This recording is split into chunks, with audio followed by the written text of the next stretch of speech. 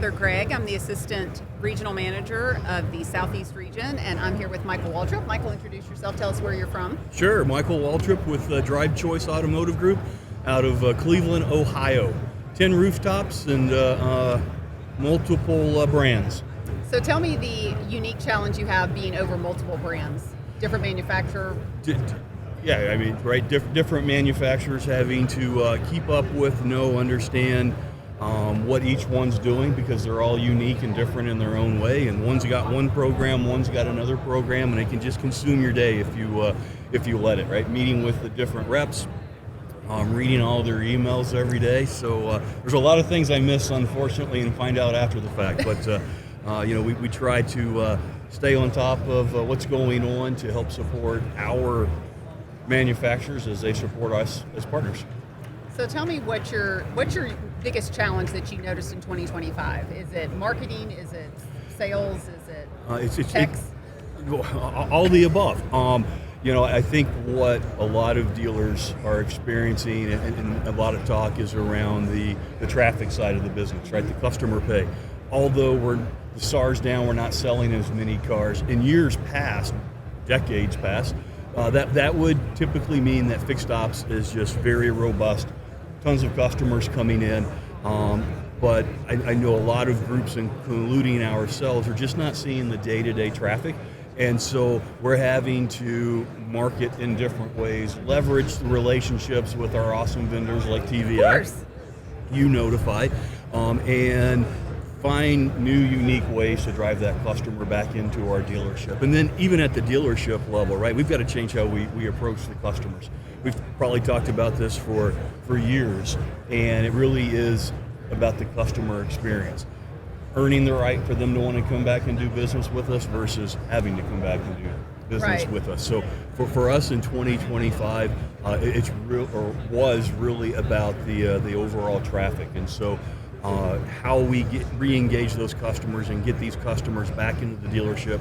The age of the cars are getting older and older, and it's not about trying to hit a home run every time the customer's in. It's Hence the relationship building. It's the relationship building, right?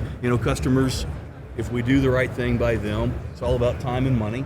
Very rarely is it about money. They're coming to the dealership, right? So it's about time. That's a joke, because we don't charge more than the aftermarket world. No, you do not. People don't realize that, though. Perception. So, just driving business and then utilizing our tools. A lot of us are probably still behind when it comes to utilization of media.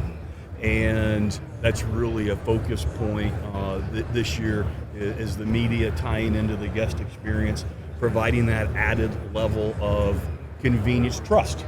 Right? If I can see it, versus you trying to tell me about it, right? I want to be able to see it, I want to be able to trust you, and then just being consistent with that. Really getting back to the fundamentals of what this business is all about.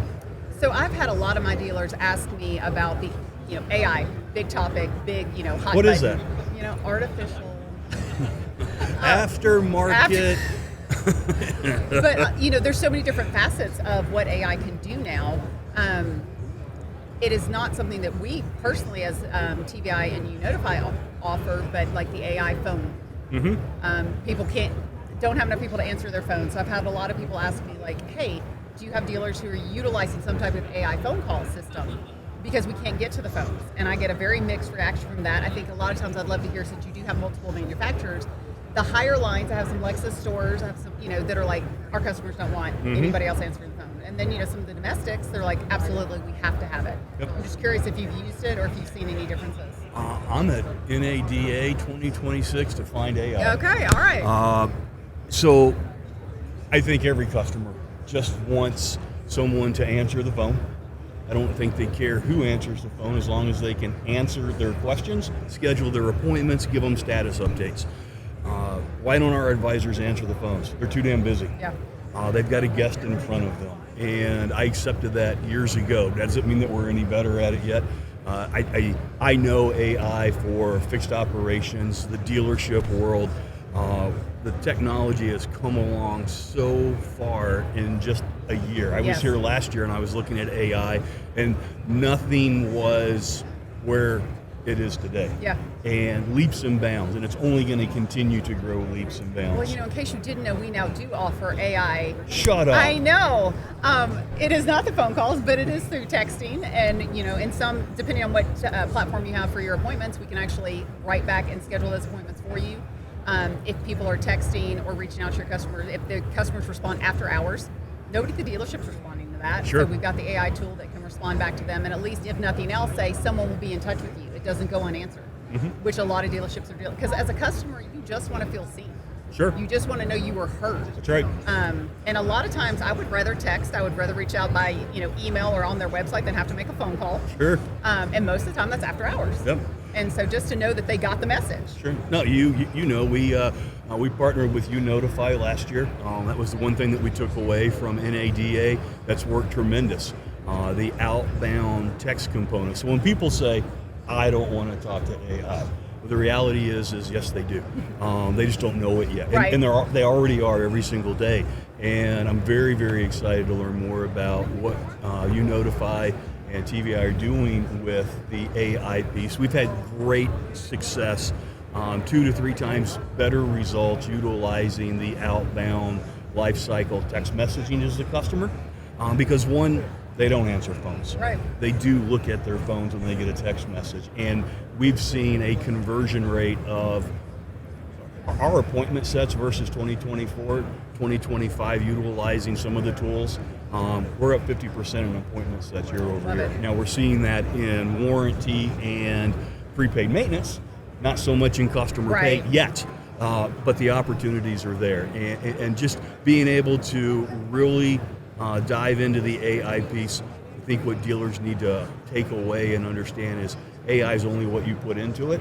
And if you're willing to invest the time, which is what I am learning, there is no easy button. We don't have one sitting out here anywhere. That AI tool, that bot is an associate. And that associate is only as good as the investment you put into that associate, the training that you provide, and AI is no different. And that's my personal challenge, overseeing, being the leader of 10 stores today. More to come in the future, we hope, but is being able to provide that better service. And I just simply think, from what I hear from customer focus groups and see in surveys and firsthand in our dealers, they just want us to be there to answer the phones or provide the feedback, provide the updates, and there are some really cool AI tools that will allow us to do that. And then with what you're bringing to the table to support the outbound texting with some more AI, I can only imagine what's going to happen. That's why we just signed up all 10 of our stores to utilize. And we appreciate you so much. I bet you do. All right. Well, I hope the rest of the NADA is productive and. Still a lot to do in the next 24 hours, but we're making a lot of progress, and we're leaving with a couple solutions that we're going to be implementing this year to make our group stand out and be better. Fantastic. Always good to see you, Michael. You too. Thank you.